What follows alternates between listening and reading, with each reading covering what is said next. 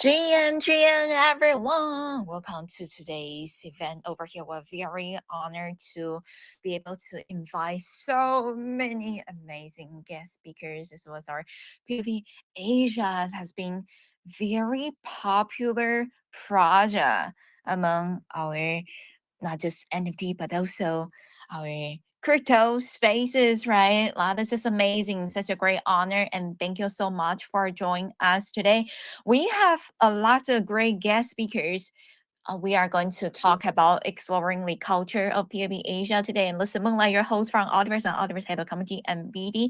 And we are live streaming across different social media platforms. So you might actually watching our show over here on Binance Live or Twitter Space, Twitter Live, and even our Twitch Live and YouTube Live. So everyone, we all wanted to welcome you to be part of the amazing community.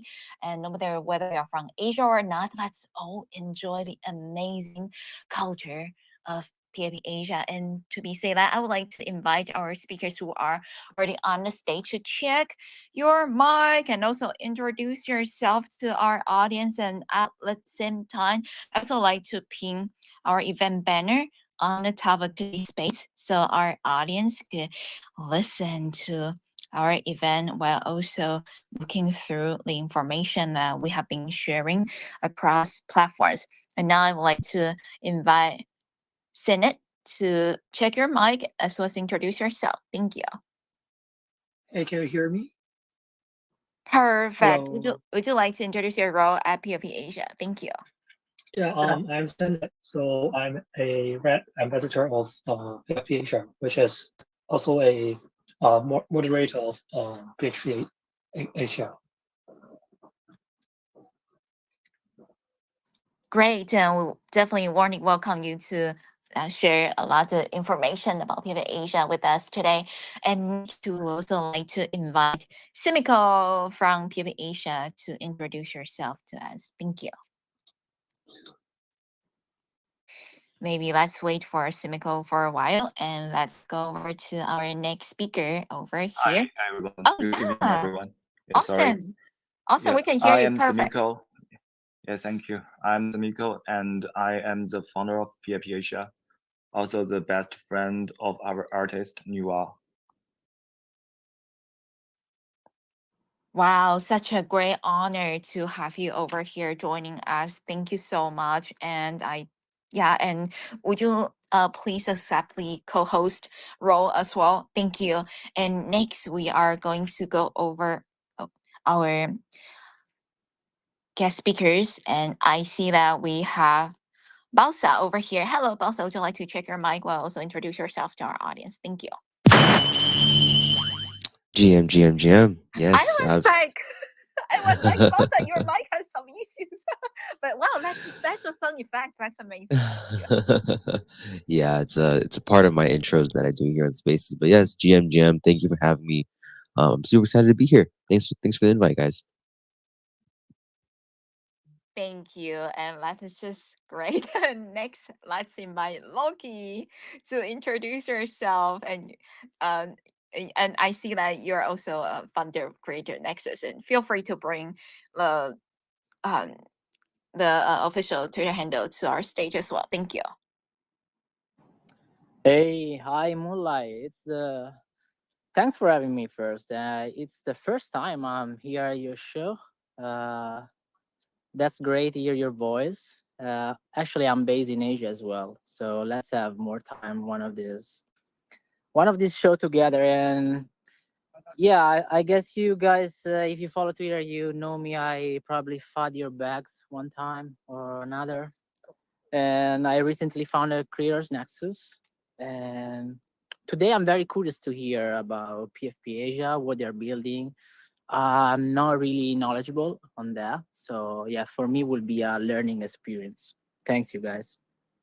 Wow, this is amazing. Thank you so much, Loki, for joining us today. And we definitely wanted to explore like cultural PV Asia together. And once again, sincerely inviting our PV Asia official tour handler to accept our co-host invitation. So yeah, you will have a role as co-host on our space. And next, we would like to invite Dijon Pena to introduce yourself. Thank you.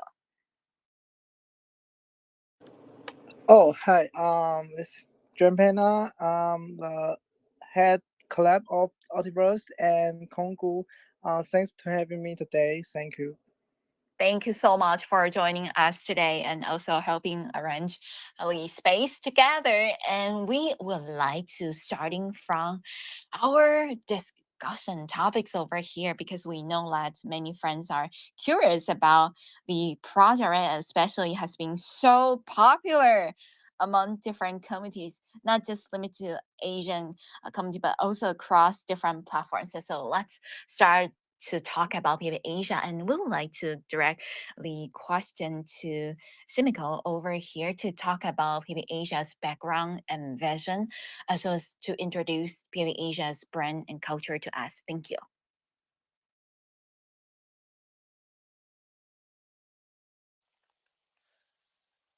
Okay, thank you. Actually, the whole time there are only two things that PF Asia is trying to achieve. First, to provide the best quality PFP, and second, to bring unified token protocol together to eliminate the boundary between fungible and non-fungible token. As you can see, PFP Asia is a PFP project based on Asian culture. The avatar focuses on Asian culture with a red color as the main theme. PF Asia is here to create a set of 10K manga style avatars with ultra quality. Leading by artist Nuwa, we aim to create soul for each avatar. To better address the liquidity of NFTs within the NFT collection and to have more community holders, we announced the ERC41 Red T protocol on January 1 this year. By the naturally swap between PFPs and tokens, we provide a set of 10K collections that can have infinity holders with limited rarity. Next, I will give you a detailed introduction to the Asian culture and the red spirit in the PFP Asia, and the cases of redirection token in PFP Asia, including how to unify token protocol works and how you can get involved in the movement step by step. Okay, so PFP Asia is led by Nuwa as main artist. When I walked in Hong Kong, visited an art studio, I met Nuwa. Nuwa's works are the jewels of manga world. Many of them were never even being published. Seeing such wonderful work being hidden, I felt something in my mind and I don't know what it is. So I decided to help Nuwa to pass the spirit of manga to the world. So Nuwa and I started PF Asia together.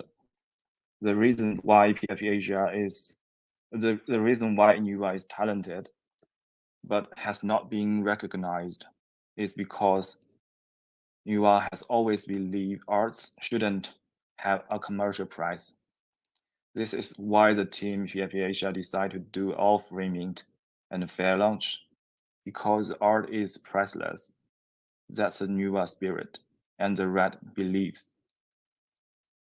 PF Asia is a collection of PFPs based on Asian culture and combining the advantages of Japanese, Korean, European, and American manga styles.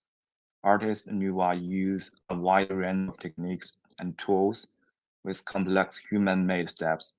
Thus, the outstanding results are combined AI and human works. In order to maximize the diversity of PF Asia with Asian iconic style, the team decided to use red as the main art theme.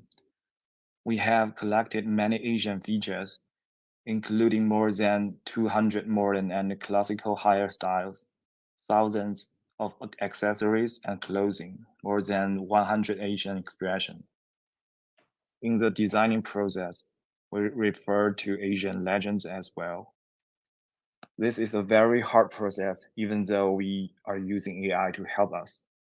But here I want to say my favorite quote. If we don't have that person, just be that person. And PFP Asia have two methods to mint, starting with ERC20 or starting with ERC721.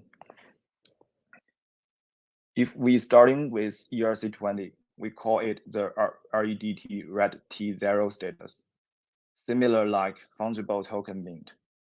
After mint out, it can be traded directly on Uniswap. This mode was finished 10 February, and the first day of the Asia New Year. The current trading volume has exceeded 4,000 ETH. The price is stable around 0.04 USD. That means currently a complete PFP Asia avatar red list has a floor price about 400 USD. And if you starting from ERC721, which is a non-fungible mint, we call it the red T1 status. Once you mint it, then you can trade directly on the NFT market. This mint is divided into three major stages. The red list at each stage will double-check the Cyber address. After this, stage 1 will start. It is expected within this month, and there will be another 2 phases. All mint are expected to be completed around April. As we discussed before, our protocol natively supports FT and NFT swap. It means that user can simply redirect the status anytime as they want, and PF Asia will not charge any fees. User only need to afford the gas fee. And this will apply the Red T protocol we released before. We will deliver details of this protocol later. And in PF Asia, the swap between FT and NFT is the most interesting part of the entire project. Next, let's imagine what might happen. So the traditional PFP project typically means 10K unreviewed JPEGs. After a period of time, review all at once. This takes the highlight moments all together.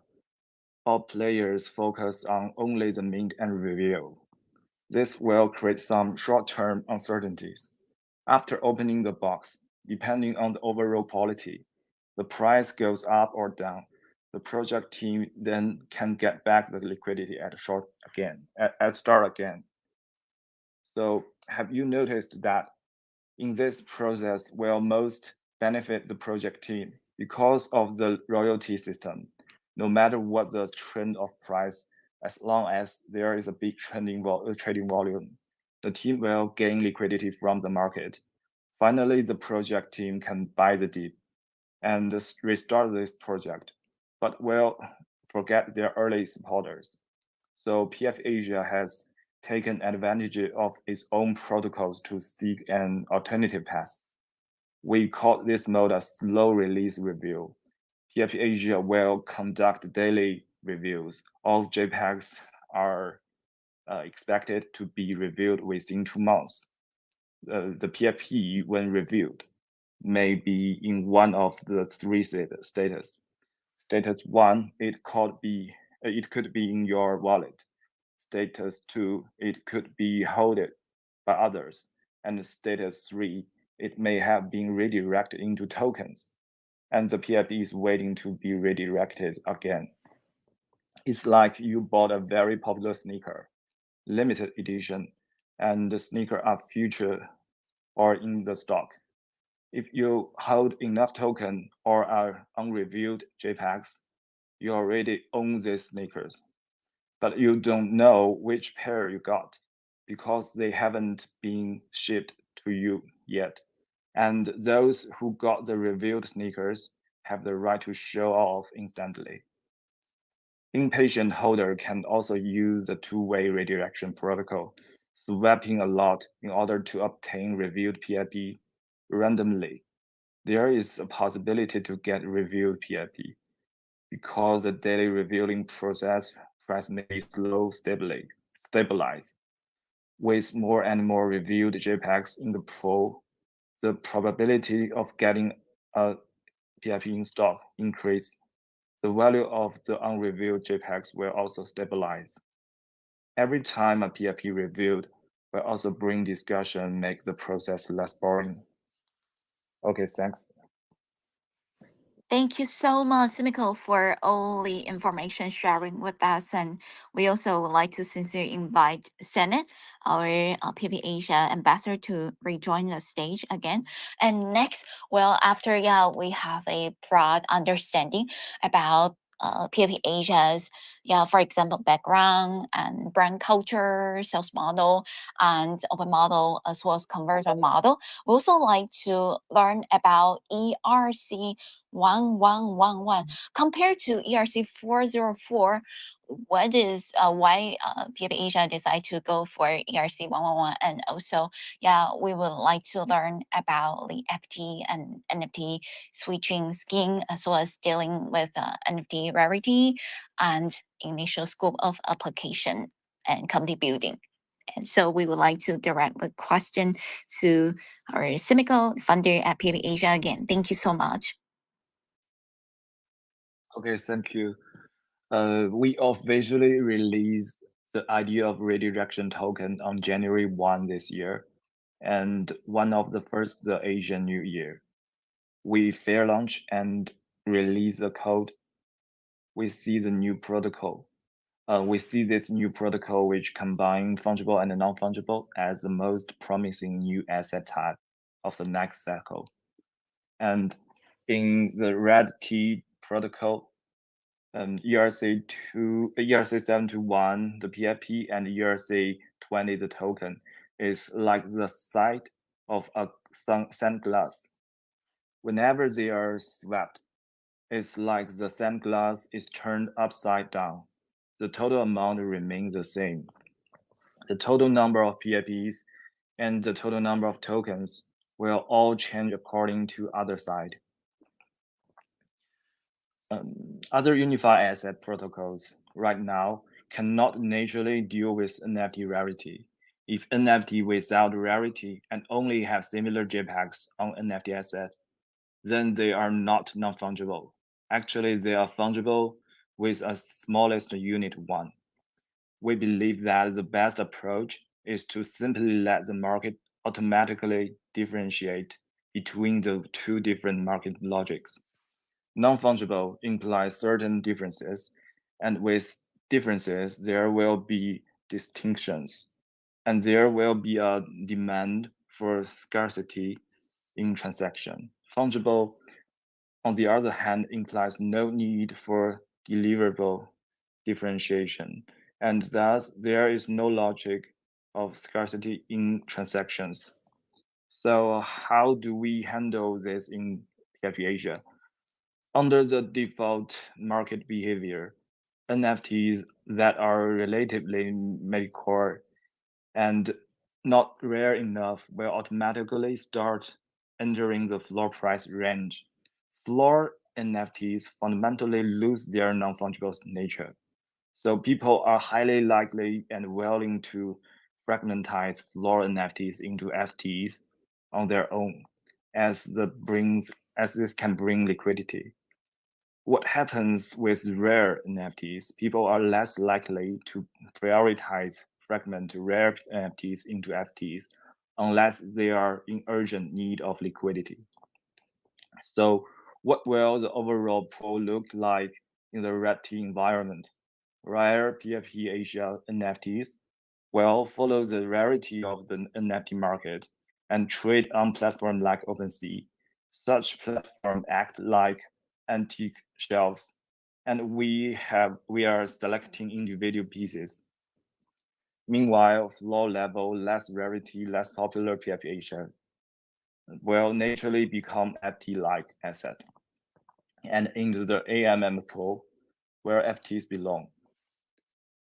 What happens when some holders of rare PFP Asia are in urgent need. They will, out of necessity, for quick cash out, have to fragmentize their rare PFP Asia into FTs that amount equivalent to the floor price. Because of the urgency, this is considered a normal cost. Here we review how the conversation of PFP Asia FT back to NFT is executed. We deliberately do not implement a complete reversal mechanism. No one can be 100% certain about retrieving their fragmented PFP Asia. For every 10,000 PFP Asia in FT form, the NFT that can be redeemed are random. Why? Because this stimulates the willingness to exchange NFTs and FTs. Imagine a pool of PF Asia NFT avatars with one highly rare PF Asia avatar fragmented, and everyone can use PF Asia FT to get it back.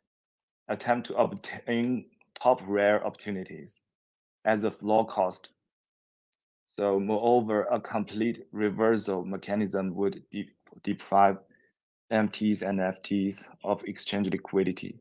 Only by treating avatar NFTs and FT firms as LPs with a fixed exchange rate to solve the inherent liquidity problem of bidirectional conversion. And besides the code, we have two differences with ERC 404. ERC 404 is in chaos or joint status, NFT and FT status together. This is why they have higher gas fee and because both NFT and FT transfer at the same time. RED-T protocol is a selective status. Fungible token and non-fungible token are water and ice. But when we want to use it, it needs to be fixed in a certain status. PFP Asia token RED-T0 is water, and PFP Asia PFP RED-T1 is an ice sculpture. They have the same level of water, but the shape can be different. User can choose whether they are NFT or FT and trade it with the most appropriate gas fee. Beyond that, ERC 404 cannot solve the rarity of NFTs. The RED-T protocol does. We firstly want to solve the liquidity problems for NFTs, and NFT without rarity features are actually fungible asset, in our view. So we design it with the original intention is to have non-fungible advantages to the non-fungible asset, instead of putting the cart before the horse. So there are also some possible use case. Here we use PF Asia to explain how the RED-T protocol can be used to create an sandglass mechanism to the economic cycle. We call it redirection flywheel. So how PFP Asia deflation? Imagine you are the potential holder of the red PFP. You want to redirect PFP to get 10K red T0, which means the token side. Your PFP will go to the locker. Then you get 10K red T0 token. And if you want to redirect your token to get a random PFP, the red T0 go to the locker. The random PFP inside red T1 locker now go to your hand. Remember, any PFP will equally get 10K red T0, no matter the rarity. At the same time, every 10K red T0 token will get a random PFP, no matter the rarity as well. There will be a flywheel, locker to PFP to token. In this flywheel, the key stimulator is the percentage of rare PFP Asia inside the locker. This is the floor up ratio. That means how many rare PF Asia that have premium value than 10K red T0, the token side. The higher the ratio, the higher the willingness to do more redirect. And the definition of rare is quite interesting. Under a 10K collection with all unique 101 PFPs, the rarity of PFP Asia will be decided by the market. It will according to which PFP are more famous in community or less amount in its races, or partnership with good brands, or have meme contents. And the market may be doing this. Redirect normal floor PFP to locker, redirect rare when they urgent need liquidity, and keep the most rare PFP exchange directly in NFT markets. Along with more and more rare PFP go to the locker. Rare in the NFT marketplace will change. Rare before, now no more. And locker now have more chances to get a PFP above original normal. Also, during redirection process, the token player may only exchange with red T0 token, along with the swap time to time. Less people can have enough token to redirect to PIP. This is the fill out ratio. So it is a deflation maybe.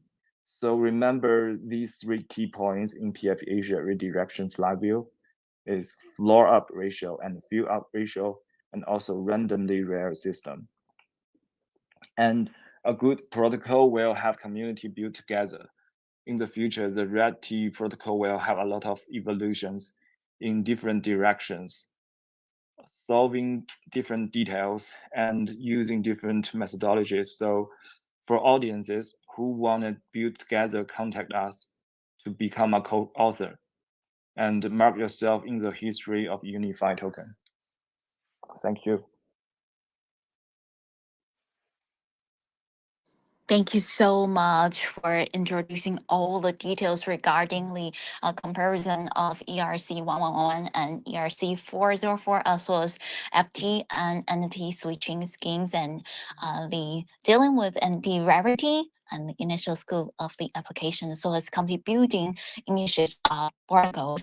And we also like to invite our Simico, the PP Asia funder, to also discuss the unified token concept. And let me also check our Senate is here. So Senate, if any of the that you would like to add in additional information from your side, feel free to do so. Thank you so much.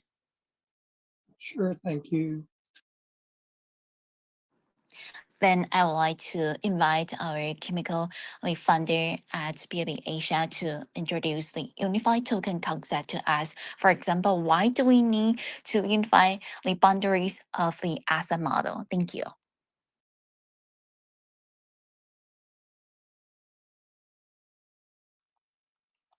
Okay, thank you. Let me explain what is unified token introduction. The long history of blockchain isn't that long, but we do know that every big rise coming, often with a whole new narrative. At the same time, every new narrative has a new type of asset, such as coin, token, NFT.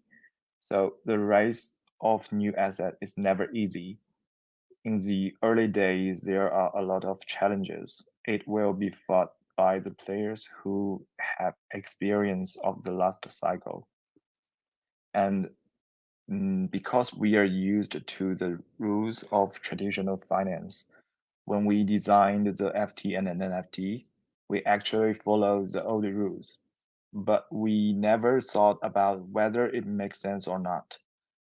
So we started securitizing large-scale assets, for assets like real estate to be tokenized, to try to provide liquidity to large-scale assets. Nature never was. Nature has molecules to make molecule formulas. It because so many independent objects can be scientifically broken down. We've been able to create many of the things that we need. Human, in fact, are the delivery man of nature, combine different elements together to satisfy our own needs. Herbs are the same, different elements extracted from completely different plants and animals turned into the medicines we need. This is the nature of the world, fungible inside the non-fungible. And under the unified token-related protocol, any asset no longer needs to be differentiated between fungible and non-fungible.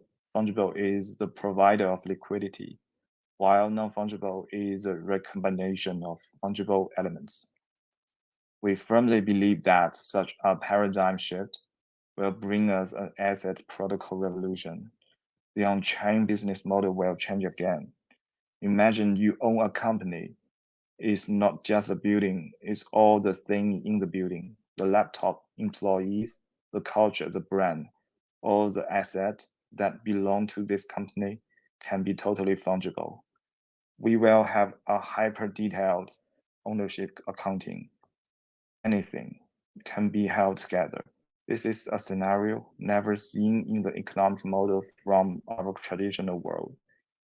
In order to realize the concept, we are also actively building an ecosystem infrastructure. So we will have three pillars of our ecosystem infrastructure. First one is the protocol bridge. There is no doubt that we can provide a bridge across protocols. For legacies, ERC-721 and ERC-20 assets, provide a cross-protocol bridge allows them to unlock their native liquidity and turning them into RED-T protocol asset.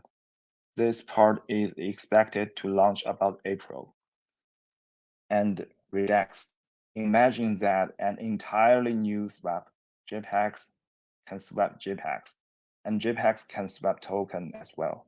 Token with JPEGs and token with token, all in one swap. This will also be launched about April, and we will also provide incubation services for the RED protocol. This will be launched after the bridge and swap. User in the first stage will be selected from our RED ambassador. Thank you for ERC-41 Thank and you so unified token. much. Thank you so much for all the information sharing with us. Yeah, definitely. I feel like I've been learning a lot, not just about the PAP Asia's culture, right, but also about a lot of tech concepts as well as how PAP Asia decide to build community and as well as different type of protocols over here. And I would like to check with our Red Ambassador Senate, if you would like to add any additional information regarding those topics that we have been covering. Thank you. Sure. I would say the difference between ERC-1111 and the original, like the traditional ERC-20 and ERC-721 would be like you can have a ratio that you can easily change the NFT to fungible token. So which means we can actually sell or trade or new NFT with the ERC-1111 swap scheme to any of the tokens that have a pool or in the DEX like Uniswap. So like for example, there is like a PFP Asia to wrap if pool right now. So if we have launched the switching scheme for the ERC-1111, people can sell the NFT anytime to the wrap if or even other kind of token at any time. So it actually makes a different compared to the market right now. So like you may not buy any NFT with any FT you have right now. So let's say if you make a new token, so if it is a ERC-1111, so you can actually trade your token to any kind of similar token at a time. So you can buy and sell at any time with any DEX that support ERC-20 and ERC-721. Thank you so much, Senate, for your input. And I would also like to hear from Loki and Balsa regarding the information over here that we have been talking about from PB Asia's vision, culture, and their image open model, as well as conversion model, until ERC 1111, as well as the anti-rarity and FT versus anti. Would you like to share your input on these topics as well? Feel free to open your mic, Loki. Thank you. Yes. So that was pretty hard to understand for the first time for me, listening to all of this. So I think Boza can. I will be very glad to give him the mic for this. I just got called out by Loki. No, I'm just kidding. Loki, thank you for passing me the microphone. Um, yeah, I mean, first of all, when I was looking into your guys' white paper, I love the approach that you're doing here with AI models because one thing that I pay attention to, even outside of Web3, is what other emerging tech is on the come up, right? What's on the rise? And I think we can all say that AI is also exploding just as much as Web3 is exploding, right? So you have these two um, emerging technologies that are sooner or later going to be intersecting, right? I mean, we already have some projects here in the Web3 space that are combining gaming with AI and blockchain, right? So now it's like three, essentially three kinds of technologies combining together. But really, what I love about PFP Asia, is their take on this design that they have for these PFPs. Right, I love, first of all, I'm a huge Mid Journey user. I use Mid Journey almost every single day. I use it for almost a lot of my graphics that I use in my own content. So to see it on a larger scale, where projects are starting to use it for their own collection, to use it for their own branding, right? It's really cool to see, projects utilize that as a tool, right? And I'm over here based in California in the US, and I know you guys are based out in Asia. But I would love to see more of an activation here in the Western side of NFTs because I feel like we tend to not rely on AI when it comes to AI art. But the fact that you guys are doing it and you guys are practicing it, it's really really cool to see, and I love the approach you guys are doing. So yeah, that's pretty much it. That's what I'm looking forward to. But yeah, there's honestly so much to say. I just need to do further research, and I hope that I can participate in more what's to come of PFP Asia. Yeah, thank you guys. Thank you so much, Bosa, for sharing your input over here. And actually, Loki, there's a question that definitely you know how to answer because we see that your profile picture is the little Pudgy, right, or Pudgy Penguin. And so, compared to the Pudgy Penguin ecosystems successfully building their community to make a globalization, and do you have any suggestion for the PAP Asia projecting as well in terms of community building and expanding people Asia to more international communities? Okay, first thank to Boza for the previous answer. Thank you for this question. That's really nice. I'm not older yet of PFP Asia. I will 100%. The project is really promising. I like what they are envisioning. I'm not sure like the way they are building community right now. So I don't have like metrics to compare. If you guys maybe tell me first, I can answer this question. Yeah, I think, or maybe you can start from the community. I mean, the creator Nexus. Yeah, we know it's a community for content creator, and maybe you can provide your vision to PAP Asia. Yeah, because they do have the similar system like a co it's like an ambassador system. Yeah, so you can share your vision maybe. Mm, yeah, okay, but I think what you're referring now is more about promotion when it's a different thing. I mean, in Web3, like you have community doing, you can call it organic promotion for you because they are holding the PFP, they represent your brand. So yeah, in this sense, you can leverage your community to push your brand farther. So I'm not sure. PFP Asia, do you guys are build? I guess you guys are building a community on Discord and Twitter, 100%. How about your Web2 social media channels? I know your audience is pretty much Asian, but you're expanding. So yeah, like if you guys answer me on this, then we can have a conversation. Okay, thank you. We definitely need to oversee audience. Yeah, we normally we are just follower from Asian place, but yes, we need a oversee audience as well.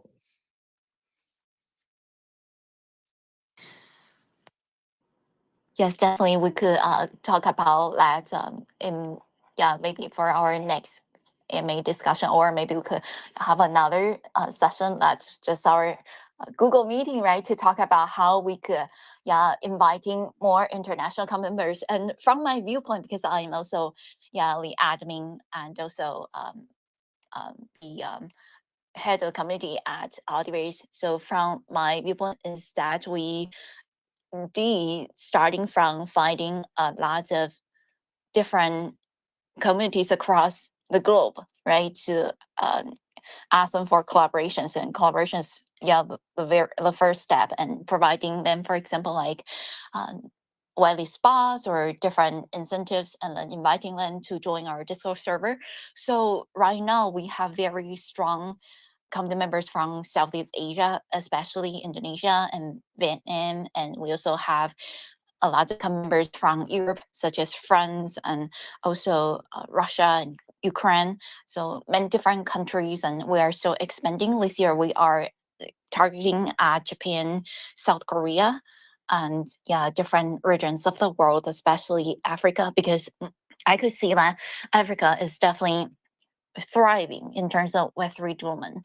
So I would like to including more um, players, yeah, because we're a GameFi ecosystem, right? So definitely wanted to include more players from over the regions. And when I see the data from our gaming platform backstage over there, I could see that we have a lot of players from Brazil, South America, as well as from Australia. This is actually unexpected because I personally actually didn't uh, had a lot of connections there. So I, yeah, definitely will also targeting at least two companies and looking for them on Twitter or other social media platforms and try to bring them to our Discord server as well. So that's some suggestion. First, we could starting from providing incentives to different international communities, and then to invite them to join our Discord server or Telegram groups, and then we could start to build from that as well. And yeah, since we keep growing and keep expanding, I also believe that PAP Asia could eventually achieve your goal to make it, yeah, more globalized and more international, because this is definitely beautiful art. So that's my, yeah, 2 cents over here. Thank you. And let's go over to our next discussion topic over here. Since we have been talking about community, right? So we would like to hear from, uh, yeah, from Simiko to talk about the red community concept. For example, about regarding MD and game culture, as well as what's the emphasis on the importance of community, and also how do you starting from build a community directly on X or Twitter, right? Definitely, we would like to learn a lot about these, and I see that we have so many red ambassadors, right? And we also have uh, yeah, we also have applications for people who are interested to be a red ambassador. So would you like to cover information on that as well? Thank you. Okay, thank you. We really appreciate that so many people supporting us, because when we funded this project, we only have 2 person, and now we have 5 core team member. And our red list basically is will only be used for build together to our red ambassador who are building with us. And we believe in the power of belief. We will follow the concept of seeing because we believe.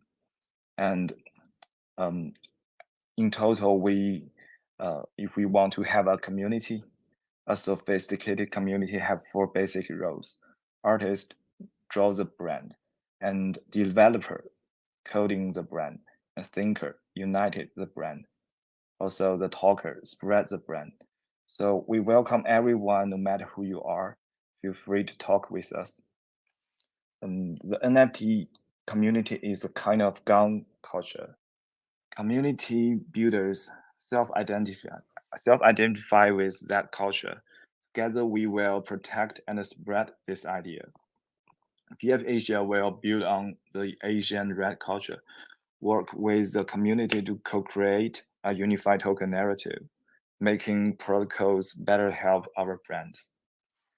At PF Asia, we have not spent any cash on KOLs.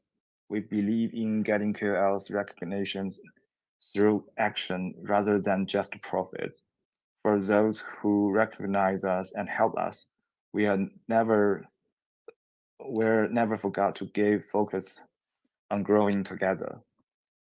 Currently, a large number of people in PF Asia community are contributing out of their own pockets and contributing their resources like blood donator. So we are all trying to document as much as we can all those people and giving back to them. And those of you who followed us in the early days will find that we've created a community directly on Twitter.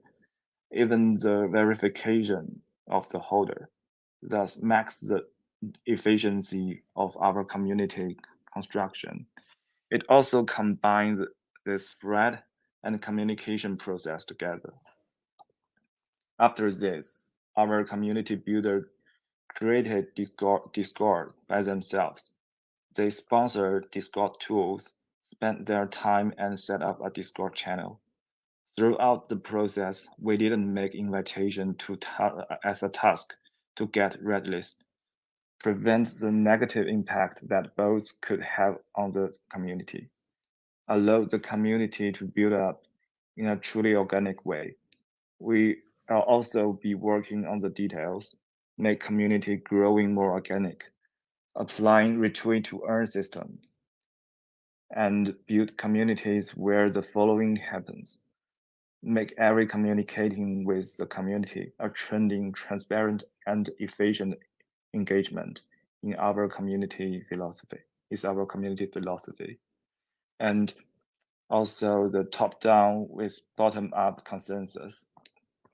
Traditional PFP projects like to quickly distribute whitelist through KOLs and project collaborations and charge fees at the mint stage of the project. It is a pyramid marketing method.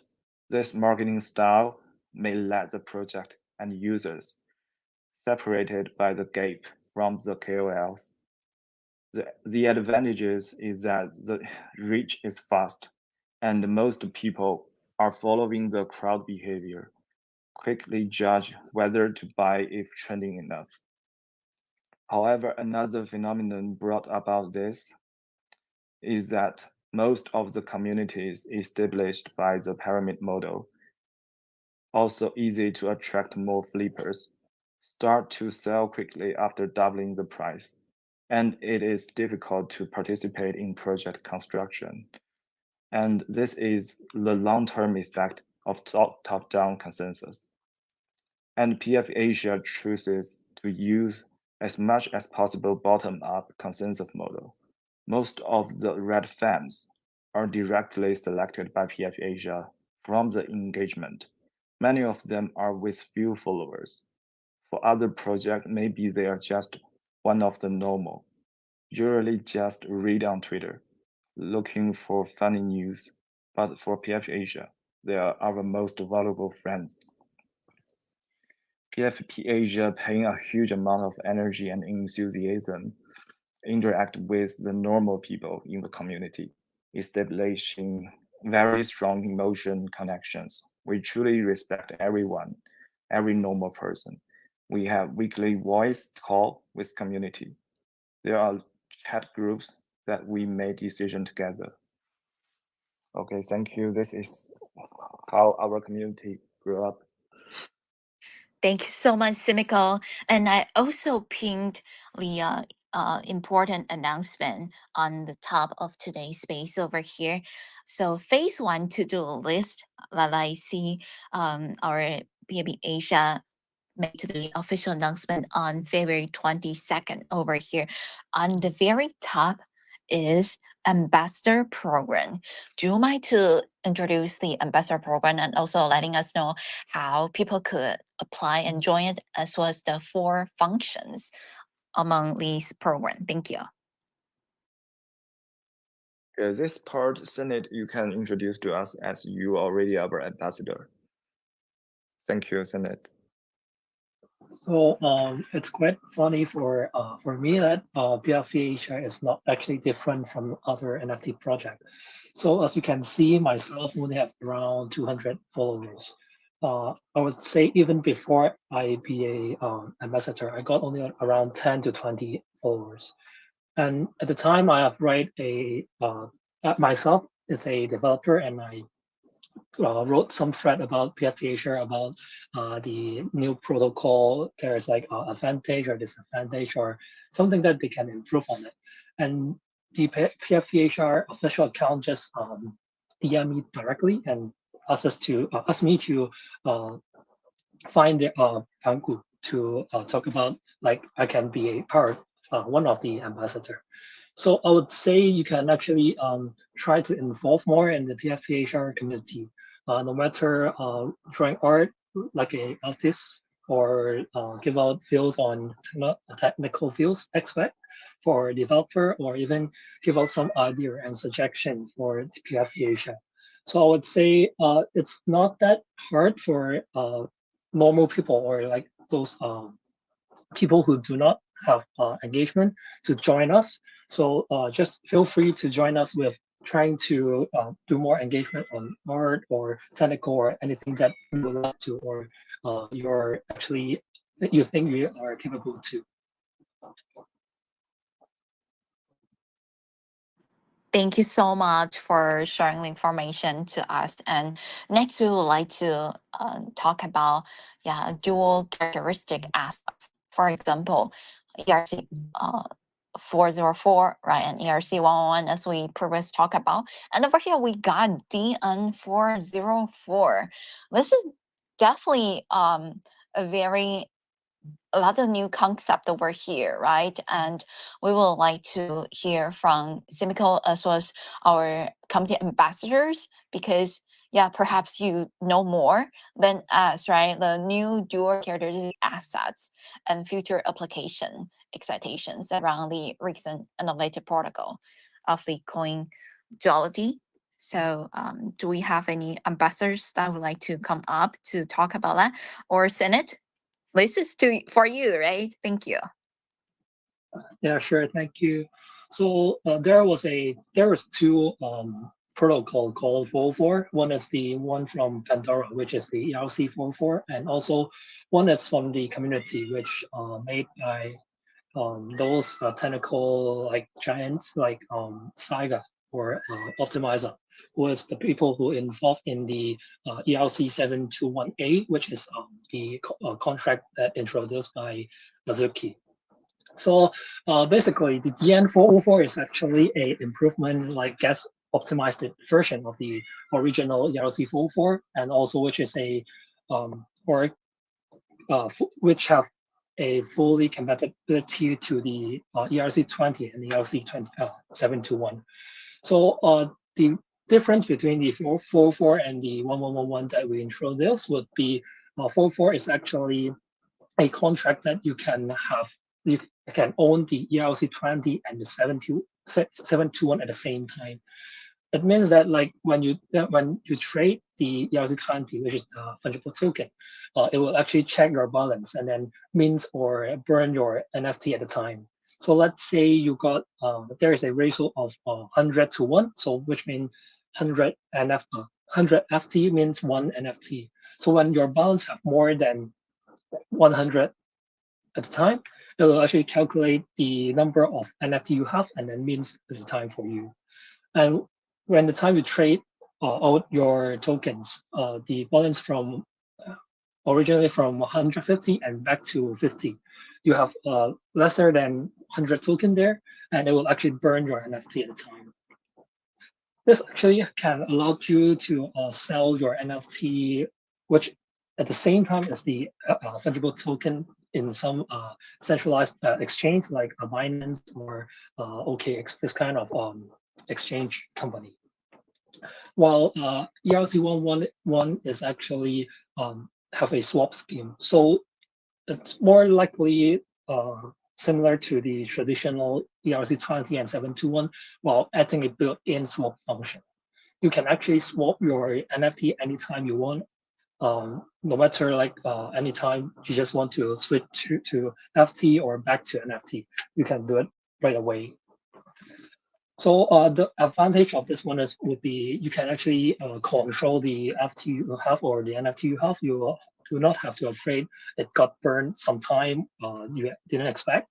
While ERC 404 will burn your last NFT at the time you trade. So when you if you have tried to save the that protect your higher rarity NFT, you have to do extra operation to save it into like a file and then trade off other ERC-20 to prevent that your higher rarity NFT got burned at the time. So I would say this is the main difference between 404 and 1111. So I would like to know, is there any question about it or anything you guys want to say about it? Will be fine. Thank you. Thank you so much, Senna, for all the answers providing to us. And I see that we started to invite some audience to join us. However, some first connections might not be stable. So yeah, we really could not bring you up. And another thing I wanted to let everyone know is that we are featured on the front page of Binance Live right now. And I'm going to share the screenshot to our group chat later and also with our community members from BB Asia. Once again, shout out to everyone and friends. If you are watching or listening to us on Binance Live, be sure to also give BB Asia a follow because I know that our Binance Live community is really internationalized. Or we are from all over the world, and we're all we all pass Binance KYC. Yeah, so we are real people. And next over here, I would like to also ask our guest speakers, Loki and Balsa over here.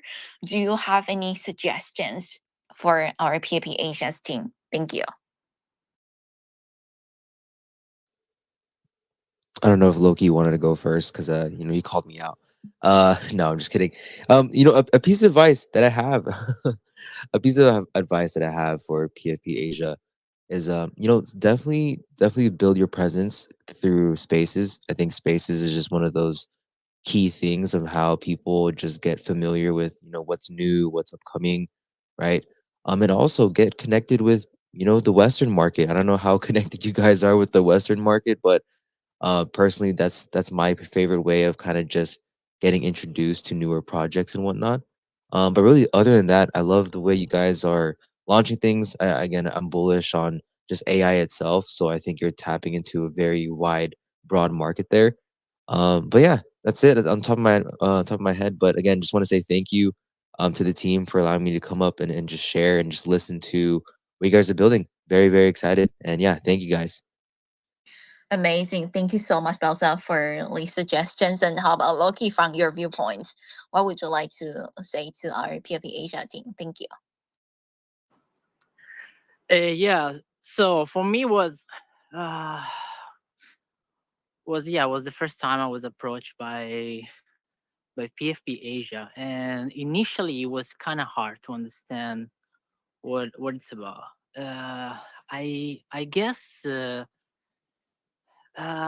probably you need to understand better like what kind of audience you want to appeal, because I see you guys talk a lot of very technical stuff, but also you have like the PP, the art. I've seen on your page you are doing gallery, exposition. So I guess the two audience are pretty different. But then again, when I open your Twitter page, there is nothing telling me who you are, what you want to tell me, what's your brand about, what's the culture. There are just like some tags. So I think you have to be less technical, less machine. I know like you guys are AI, but more like telling in few words what's your culture and what's your brand about to affiliate people for other reasons, not just like how you build this and what's behind the process you have of your PFP. Thank you. Thank you so much, Loki and Bosa, for your suggestions. Yes, definitely entering different market, right? Including but not limited to West market or other part of the world, and also uh, creating more AMA sessions, right, in different languages for our broader community members or potential MT holders to understand. That would definitely be great suggestion. Thank you so much for both of our speakers over here. And I see that time is also about an hour, and with our PAP Asia team members and company members over here, very glad to have you today. Would you like to share any additional information to our company members? Thank you. The question directed to Smiko. If you have any additional information that you would like to share with our audience, feel free to open your mic. Thank you. Okay, thank you. I think Michelle have some question asking for me. Michelle or Michael?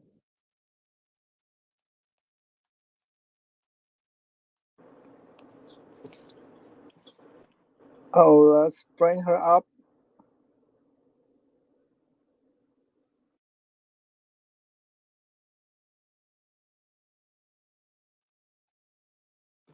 Yeah, sending invitations to our audience who raise your hand up, and also I see some friends might still be connecting.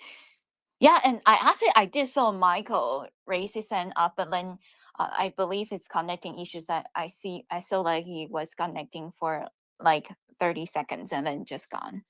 But that's okay. We could, friends, if you have any questions to our PAP Asia team, and you can come up to the stage, feel free to also send your questions to the okay, sending another invitation to Michael again. Yeah, if you still have additional question that you want to ask but couldn't come up to the stage due to connection issues, feel free to post messages in the comments as well. Thank you. Hello, Michael. Hi, Moonlight. Oh my.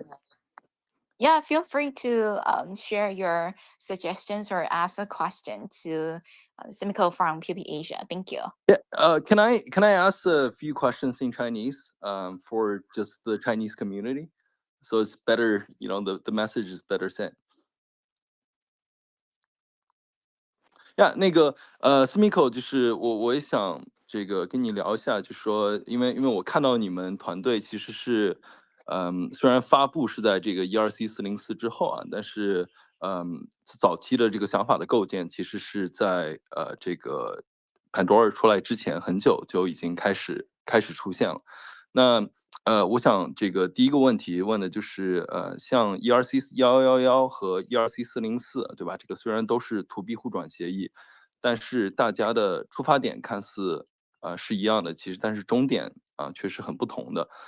能否解释一下，就说在你的这个看法里，ERC404它有什么缺陷啊？那这个 ERC1111是可以去弥补的，或者说 make better 的啊？这是第一个问题。然后第二个问题就是说，你怎么看 To B 互转协议这件事情本身的长期价值啊，还有它的价值天花板？那延伸着这个问题呢，那其实还有一个部分就是也想知道，就说那这么多的价值 ，PFPH 未来会去切哪一部分啊？那是去切 NFT 加品牌的那个部分，还是去拿协议和这个 infra 的这个部分。对，这个我觉得可能是我们一些华人的社区比较关注的一些问题啊。好，感谢。哎，好的，谢谢 Michael，我来回答一下。就第一个问题是这样的，就是我们不去说哪一边更好，主要还是这个像 Michael 之前提到的，就这个出发点虽然是类似的，但是终点很明显是两个方向。这边404走的是一个共态或者叫混态，它是多种形态，其实是在同一个时间节点上是同时存在的。那么它的问题也就随之而来能看到，就是这个 gas 费用会比较高，并且我们也能看到它在不借助外力的这个情况下呢，它的 NFT 合集其实是一个同质化的合集，说它里面的东西本质上是几乎一样的，这个盒子也打不开，其实也没有办法去处理这个我们叫做 NFT 稀缺性的这个问题。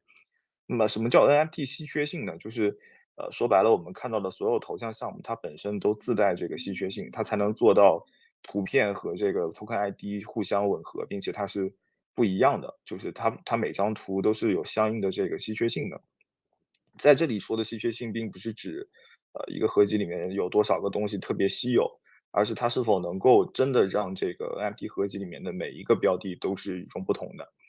这个也是可能目前来看404相关生态，它走这个方向是，不太好实现的。对，然后这个1111其实，我们叫 redirection token 嘛，其实在这个很早以前设计这个名字的时候，就有这个我们的想法含在里面。就我们要的就是这个图片和这个币之间能够互相的转换，而不用刻意的说同时就是什么东西。对，就我们把它当成一个，水往这雾气吧，往这个水分子往水的方向走，还是往这个冰雕的方向走？就它如果是冰雕，它是各种各样形态的冰块组成的这个冰的雕塑，它就是这个 ERC721的模式。如果它被变成了水分子，变成了这个流动的液体，那它就是纯粹的这个无限拆分的 ERC20的形式。它只需要在同时两个市场里都可以去使用。我觉得这可能是我们想要的一个终极目标，这也是这个1111其实也在去努力实现的。目前是这个大年初一发布的那套代码，目前来看就是已经完整的实现了这个点，但是我们还在不断的去优化它，然后去往不同的方向去就细小的方向再进一步推进它。对，这个是我觉得最根本的一个点。然后我们是能处理这个图片的稀缺性的。我们在 NFT 方面，就是大家完全可以把它当成传统的这个 10K 去看待。在图片这一块儿，它是没有任何跟这个721有区别的感觉的。但是当你发现有一些东西它失去流动性了，它需要用币这样的流动性来去做一个支撑的话，你完全可以把它放到任何的 DEX 上面。对，轻轻就一键转化完了，就会按照这个图的固定比例去给你这个 token，然后它还是在同一个协议原生的，它不是一个外部的新资产。对，这样的话，其实说白了，说的简单一点，就是在111下面，这个图像资产和币资产，它是整个合集能在任何一个现有的交易市场里交易的，不管是 OpenSea 还是 Blur 还是这个Uniswap，还是包括一些中心化的交易所。只要它登录了，它就可以在上面交易。对，那这个是刚才说的两个重点，就一个是择态和共态之间的区别，还有一个就是对图像的稀缺性是可以处理的。对，那么图币转换协议这个事情长期天花板和这个PFA 想往哪个方向发展啊？就我之前可能在英文的那个地方也讲过，但是毕竟我英语确实不够 native，所以我现在也再解释一下。我们自然界所有的东西其实都是 to B 可转性质的，就是生活中所有的东西本身，我们看到它是一个整体，是因为它的分子是已经被固定下来了。我们在这样的形式上去使用它，然后我们可以把它变成任何我们想要的形态，就是自然界各种各样的东西。对，但是我们在这个传统金融界里面一直遵循着一个理念，就是可能有这种大块的固定资产。但是我们事后可能要对它进行这个证券化，才能让它有足够多的人来持有。对，这个东西一直都是靠一个中心化的机制去运作的。那可能在记账方面也会变得非常的不自然，比较复杂。这也是111核心能解决的一个事情。就它不仅仅是从这个头像变成头像相关的头像碎片，然后去这个20市场交易，更多的是我们看到了整个世界未来不用去强调这个独立的个体的这个资产的稀缺性和这个20之间的这种就是无限分割之间的这种鸿沟了，就以后资产就是融合在一起的。那么我们最早能看到的就是这些头像，未来的头像，很明显，我们只要把这个协议桥打开了，传统的721的资产就可以快速的转变成1111，然后他们的这个原生的跟这个币相关的 token，跟币绑在一起的这个 token 就可以立刻到这些中心化的交易所，这些头部的交易所去交易，这是一个最直接能看到的东西。对，这是一。那么后续的就是我们之前所思考、所设计的这种，不管是 RWA 还是各种相关的这种跟传统金融有所联系的这些大颗粒度的资产，我们其实都不再需要用这样的就传统的方式去记账了。也就是我之前说的，以后的新的 swap 可以做到大块的资产，就比如说甚至一个楼盘、一块土地，它被这个 tokenize 了以后，它可以用111的协议，就是随意的对它进行这个碎片化，然后它也可以非常简单的就回去，而且它可以是一整个合集，就不是移动，可能是那一系列，就这个东西它的所有的东西流动性一下就被得到解决了。以后我们以前一直诟病的这个图片没有流动性，或者说 NFT 相关的资产没有流动性这个事情，其实就不复存在了。就这样的一个 swap 里面，我们可以看到就是NFT 和 FT 之间的兑换。NFT 和 NFT 之间的兑换，而且是带找零的，就可能你 NFT 1号资产转成 NFT 2号资产，它里面之间的这个会先自动碎片化成这个它相应的 token，然后这两个 token 如果价值之间是有这个不同等的话，那可能这个地方还会有个找零，就它会非常的自然顺滑，然后只用一步操作就可以解决，那么所有的东西流动性都会被调动起来。然后我们在这个 PF Asia 这块未来想要切入的呢，其实 PF Asia 一直就跟最早讲的有两个点嘛，一个是把头像这件事情做好，这个事情其实我们就是利用这个ERC 4个1这个协议来解决头像本身失去流动性这个问题，但是呢，单本身 PF Asia 本身是一定要把这个亚洲头像这件事情做到极致的，这个是就是这是 PF Asia 本身要去切的。另一方面就是这个 ERC 4个1呢，我们是希望能够接下来真正把它给跑成一个完整的、成熟的、有生态的协议。那么我们会去切几个最常见的基础设施，一个是这个 Redux，就是我们会做一个像 DEX，但是可能就像刚才讲的，它本身是多种资产都可以互相转换的。那么这里面还涉及到一个资产桥，就传统资产怎么桥进来，不管是这个721资产桥成这个4个1资产，还是这个未来这个20资产也可以敲成有图像的这个资产。这当然后面这一步会比较复杂一点，因为这个这个币到图这个事情相对来讲可能是非比较定制化的，但是这个图到币这个事情其实是我们其实已经对整个 MT 市场包括这些蓝筹感受到一个迫在眉睫的点，就是它如果不增发一个新的这个币，它其实就没有办法解决自己的流动性。然后发币的那一瞬间，其实流动性或者说整体的这个市值已经被稀释出去一部分了。就这个东西它是不那么原生和自然的。这块刚才说的这个我们会从两个方向切入吧，就是协议层的切入和这个头像本身的切入。然后下一步角度就是 PFA 会不会走 MT 加品牌的路线，还是走这个协议层，也跟上面这个问题其实是比较关联的。对，就我们其实在我们来看啊，最早我们设计这个协议的初衷是想解决头像没有流动性这个点，所以我们本来是要做头像的。那既然这个协议做出来确实也是有它的优势的话，我们也不会说放着这个协议就让它只能为单服务。所以，鉴于我们这个人手有限的前提条件下，我们一定会把单本身做好。协议这块我们会跟社区一起共建，就任何的协议都不是靠一家能够做得很好、做得很大的，一定是要就是所有人都能拿它来做些东西。在这个之后，它才有可能不断的被改进、被完善，并且不断的被复用，它最终才能实现我们刚才说的那样一个场景，就所有东西都变成1111，或者说所有东西都变成这个我们叫 unified token，大家不需要再区分自己到底是一个可碎片化的还是不可碎片化的，它原生就可以拥有两种态。对，就这个是一个长期的规划。我们第一步一定是把这个 PFP Asia 加品牌这件事情做到我们能做的极致，会坚持的做下去。然后这个协议层面，我们就是以一个社区共建、一个对外开放的角度去把它构造起来。对，谢谢 Michael。再次感谢 Smiko 这么认真的回答呢，谢谢 Michael 上来提问。那我们今天的时间是差不多啦，如果还有小伙伴们想要提问的话，再次的欢迎。And also I would like to switch back to our English language over here. Thank you all so much for joining today's AMA session with PFP Asia. And also thanks Michael for coming up and ask a question.